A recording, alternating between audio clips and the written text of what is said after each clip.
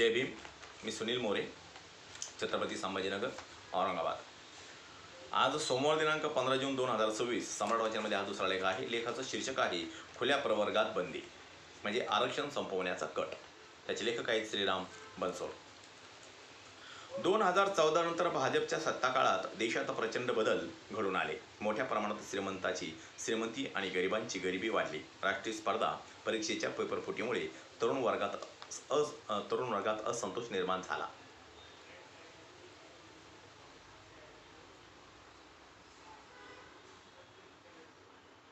त्यातून बेरोजगारीतून CJP म्हणजे cockroach जनता पार्टीचा उदय झाला. सत्ताधारी मात्र या समस्यांवर मन की बात सुद्धा करत नाहीत.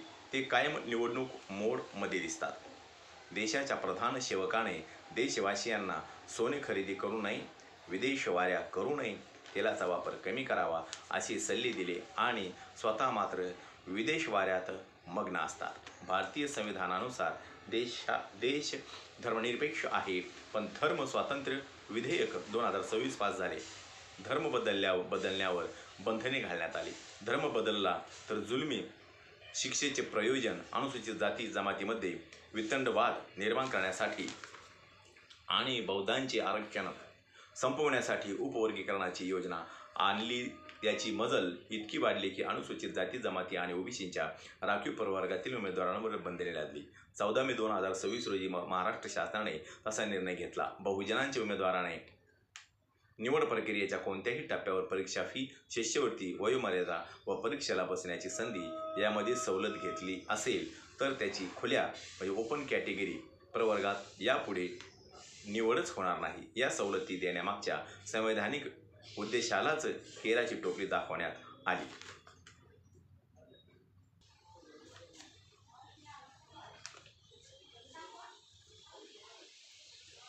याउलट 2019 साली केंद्र सरकारने EWS आर्थिकदृष्ट्या दुर्बल सवर्णांसाठी मागणी किंवा आंदोलन नसतानाही संवैधानिक तरतुदींना डावलून संपूर्ण देशात 10% आरक्षण लागू केले. अशी विषारी व्यवस्था कार्यरत आहे. हजारो वर्षापासून शिक्षणापासून वंचित ठेवलेल्या समाज घटकांना मुख्य प्रवाहात आणण्यासाठी आरक्षण धोरणांचे औचित्य होते. भारतात वर्णव्यवस्थेच्या जाचामुळे निर्माण झालेली विषमता दूर करण्यासाठी आणि संधीच्या उपलब्धतेसाठी कायद्याने दिलेली सवलती होती. त्यामुळे आपल्या बुद्धिमत्तेच्या आधारावर उच्चवर्णीय उमेदवारांपेक्षा जास्त गुण मिळविलेले असले तरी त्या उमेदवारांची केवळ सवलत घेतली म्हणून संधी नाकारणे हे संविधानातील संधीची समानता या तत्वाचे सरळ उल्लंघन होय. वास्तविक आजही जातीय भेदाभेद विविध स्वरूपात कायम आहे. त्यात बदल झाला नाही. 1% असलेल्या उच्चवर्गीयाकडे 40% संसाधने असल्याचा अहवाल विषमता दर्शवितो.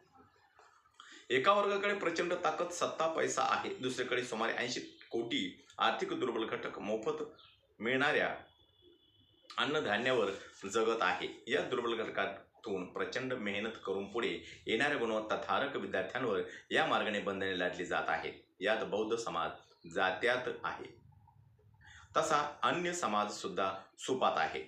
संख्येने अत्यल्प असणाऱ्या उच्चवर्णीयांनी सर्व क्षेत्रात 80 ते 90% जागा पूर्वीपासून बळकावलेल्या आहेत. या तुलनेत SC, ST, OBC अर्थात बहुसंख्येने असलेल्या समाजाला 49.50% आरक्षण आहे. उर्वरित 50.50% आरक्षण जागेवर उच्चवर्गीय बसले आहेत.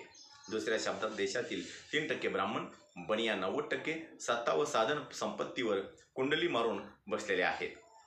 ही विषमतेची दरी दिवसेंदिवस रुंदावत आहे. संविधानिक कायदा प्रमाणे सर्वोच्च न्यायालयाने यापूर्वी अनेक खटल्यात आरक्षित SC, ST, OBC प्रवर्गातील उमेदवार खुल्या प्रवर्गात जाऊ शकतो असा निकाल दिला आहे. त्याची अंमलबजावणी राज्य सरकारने करावे असे मत न्यायालयाने नोंदविलेले आहे. परंतु पेशवा प्रणित राज्य सरकार बहुजन हिताय बहुजन सुखायचा विचार करायला तयार नाही. सरकारात असलेले उच्चवर्णीय न्यायालयाच्या निर्णयालाही जुमानत नाहीत. त्यांनी खुल्या प्रवर्गात SC, ST, OBCंना बंदी घातली व 50% जागा 3% उच्चवर्णीयांसाठी राखीव करून टाकल्या. राखीव प्रवर्गातून अर्ज करणाऱ्या उमेदवाराला यापुढे खुल्या प्रवर्गातील जागांवर दावा करता येणार नाही असा महाराष्ट्र राज्याच्या मंत्रिमंडळात निर्णय घेण्यात आला आहे. डॉ. नितीन राऊत म्हणतात, हा निर्णय म्हणजे बहुजन समाजातील गुणवंत विद्यार्थ्यांच्या पाठीत खंजीर खुपसण्यासारखा प्रकार आहे.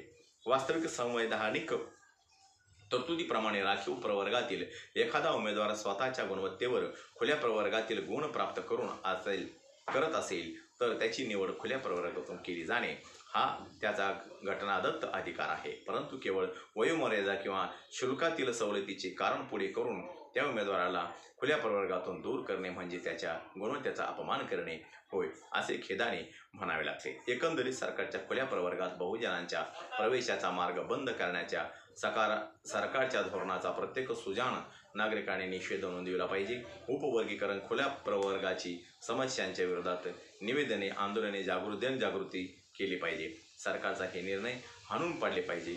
संविधानातील तरतुदींना डावलून उच्चवर्णीय वर्गास 50% आरक्षण देणे हा कुटील डाव आपण हाणून पाडला पाहिजे. सरकारच्या या धोरणाचा निषेध आहे. या ठिकाणी माझा हा लेख संपलेला आहे. माझा प्रत्येक व्हिडिओ बघण्यासाठी माझ्या प्रत्येक व्हिडिओ लाईक करा, शेअर करा, सबस्क्राईब करा आणि बेल आयकॉनवर क्लिक करा. जय भीम, जय भारत, जय बुद्धभूमी.